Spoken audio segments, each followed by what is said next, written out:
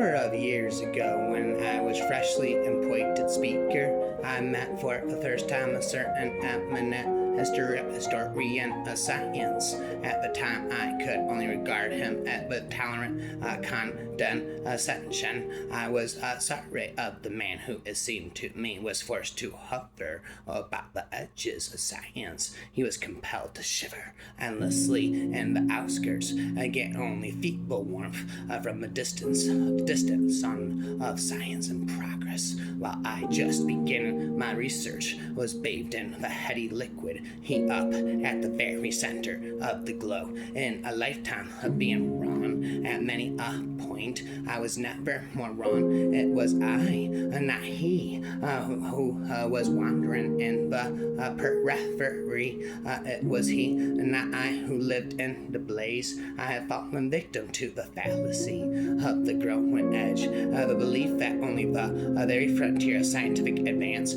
counted, that everything that had been left behind by that advance was faded and dead. They're dead. And is that true? Is that really true? Because a tree in the spring buds and comes greenly into leaf. Are those leaves therefore the tree? If newborn twigs and their leaves were all that existed, they would form a vague halo of green suspended in mid-air. But surely that is not the tree. The leaves by themselves are no more than trivial fluttering decoration. It is the trunk and the limbs that give the tree its grandeur and the leaves themselves their meaning. There is not a discovery in science, however revolutionary, however sparkling with insight, I'm sparkling with insight, that does not arise out of what went before. If I have seen further than other men, said Isaac Newton,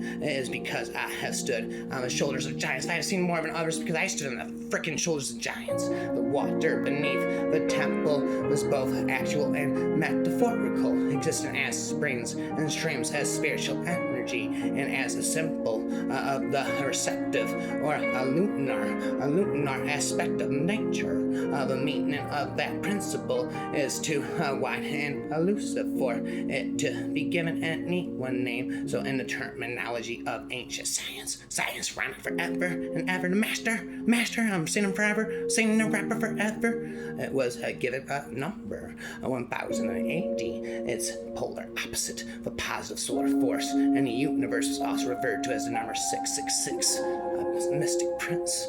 These two numbers, which have an approximate golden section relationship of 162, were at the root of the alchemical formula that expressed the supreme purpose of the temple. Its polar opposite, the positive solar force in the universe, was also referred to as number 666, the Mystic Prince. Not merely was it used to generate energy from the fusion of atmospheric and terrestrial currents, but it also served to combine in harmony all the correspondences of those forces on every level of creation. Not enough spitting for me. A description of this proportion as a golden or divine is fitting, perhaps because it is seen by many to open the door to a deeper understanding of beauty and spirituality in life.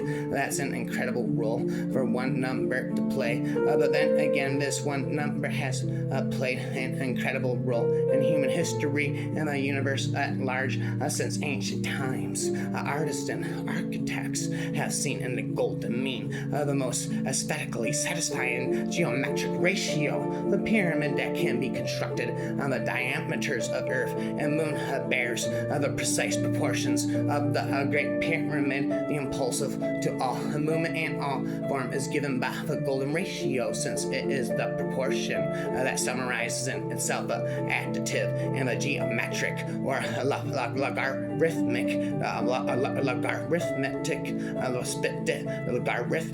race spitting. I'm the master scientific rapper forever. Cleopatra, Metrodora, CA 200 through 480 Greek. Her treatise entitled On the Diseases and Cures of Women earned her the distinction of becoming the first female medical scholar. Master forever, singing rapper forever, scientifically forever. never stopped rapping. Their master.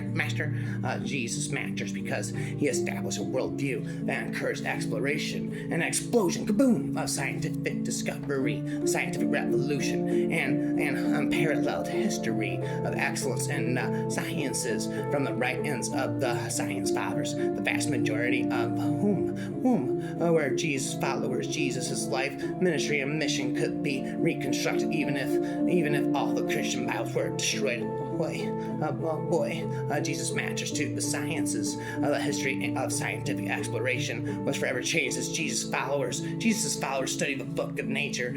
Christians are the fathers and founders of these disciplines. Jesus' followers didn't simply contribute to the sciences, they founded and led the sciences. Band forever to fight forever, science rapper forever, fight forever, science singer forever and ever, master, narcissist been rapping forever. The 7 attributes of the worldview. Jesus initiated account for an obvious truth. Jesus' followers have had an oversized impact on the sciences. 1. Christ's followers believed matter was good and worthy of study. 2. Christ's followers believed their world was the product of a singular, orderly, rational God. 3. Christ's followers believed God was distinct from his creation. 4. Christ's followers were motivated by their desire to worship the God of the universe. 5. Christ's followers believed they could better understand God by observing his activity in the book of nature. 6. Christ's followers pursued physical and intellectual investigation of their environment. 7. Christ's followers created a place to advance the sciences. 5. Forever, science rapper, singer forever.